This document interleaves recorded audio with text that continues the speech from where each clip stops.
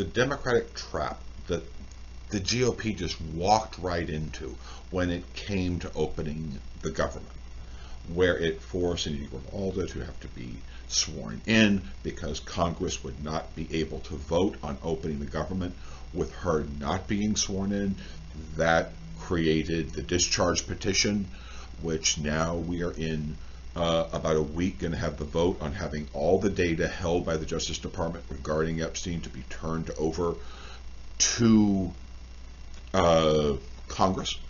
The 200,000 emails that have been turned over that have destroyed Donald Trump by basically proving how well connected him being in with hours with people who are young girls, and being fully aware of everything that happened, and Epstein turning over dirt on Trump potentially to the Russians, all of these wonderful things. That's only the beginning.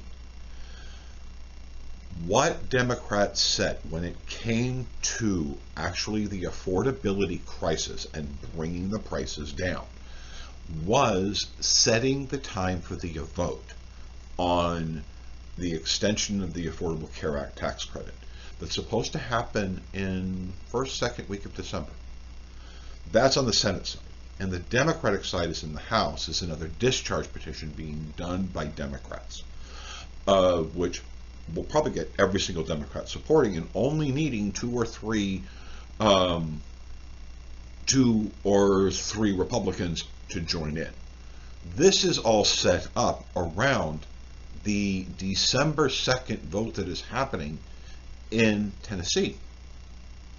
You understand that there's going to be a Democratic discharge petition specifically to get the Affordable Care Act tax credits supported and funded. That's what's happening right now.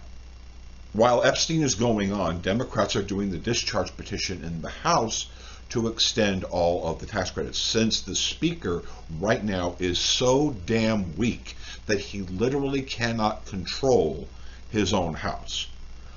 It looks like 30, maybe 50 Republicans are going to turn on Trump and on the current leadership in Washington to turn over all the files that DOJ has on Epstein, which will be devastating. I mean, it is just going to be horrific.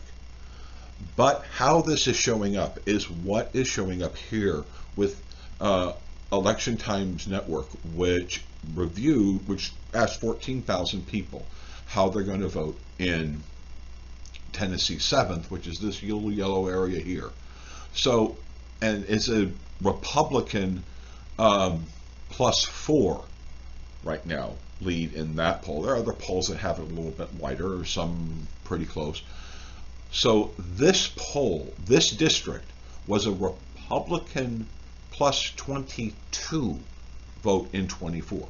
And now it's an 18-point shift, practically, in the Democrat direction. And Democrats have been massively overperforming in polls. Right now, what people who are in Tennessee are voting on two basic things. Number one is the Democratic discharge petition that will start going around in the House to bring down everybody's insurance premiums that are being doubled or tripled, but instead of that, bring them down to a normal price. That's what the Democratic discharge petition will be. That will be when we're all calling senators trying to get the Democratic Republican senators to vote for maintaining the Democrat Affordable Care Act subsidies. All around the time of this, all around the time of the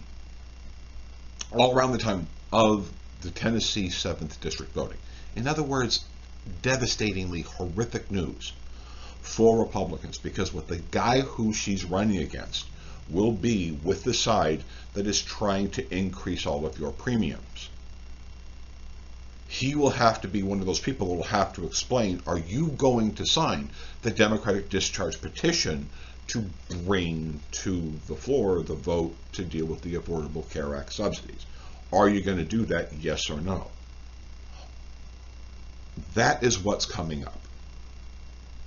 And that is how ingenious the Democratic position is on the trap that they put Trump into and the Republican Party as a whole into when it comes to opening the government. Like, share, subscribe, comment. Thank you.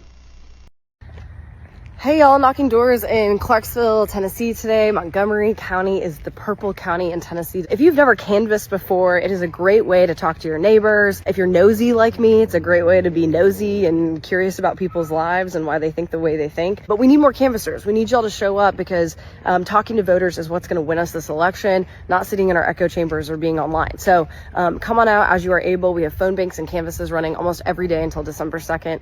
It's not hard. And I just had a great experience with a voter who said, "You're Afton?" I said, "Yeah." Because, "Well, you got my vote." I said, "Okay." So come on out and support Team Afton.